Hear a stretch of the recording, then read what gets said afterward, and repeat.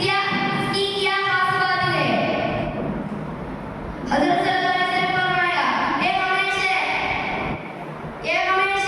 सिपाही और पाकीज़ था। अल्लाह ताला हम सबको सिपाही की तरह रखे।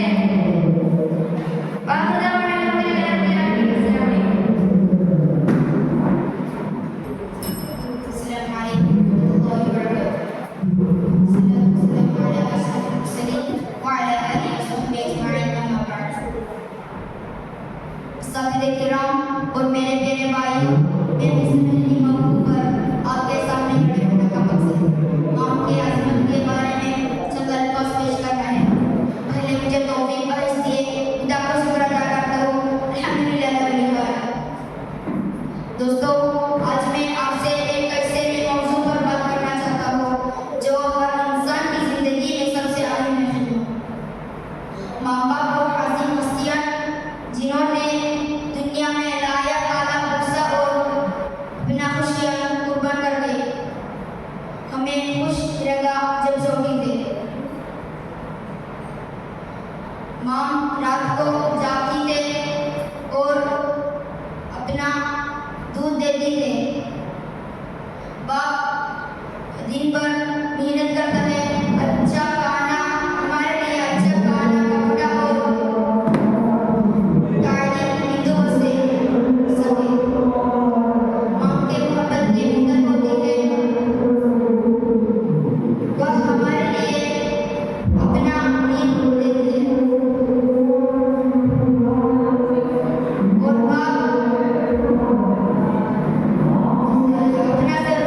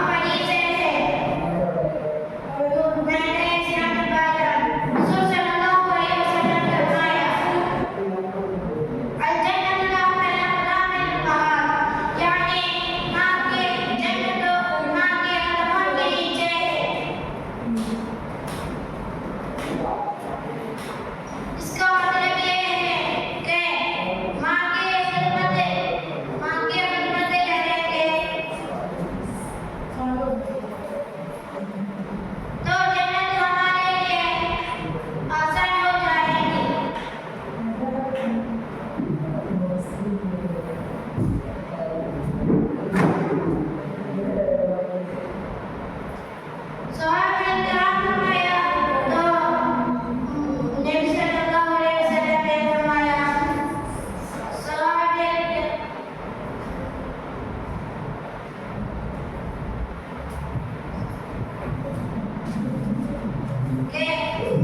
अगर हम कोई करने मिले थे उनके दुआ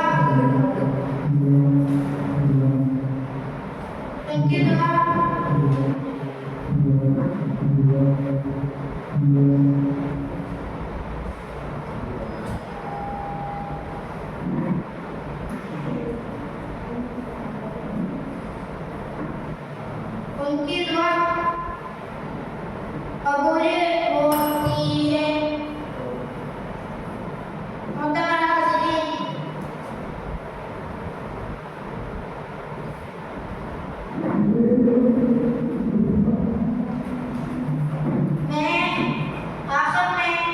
मैं आपको पैगाम देना चाहते हैं कि वालिदैन की रज़ा अल्लाह की रज़ा है, तो वालिदैन की नाराज़गी अल्लाह की नाराज़गी है। अगर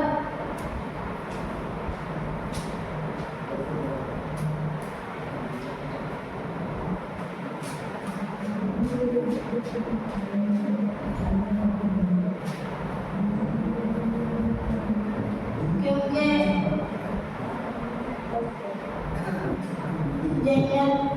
जन्नत वालिदैन के रास्ते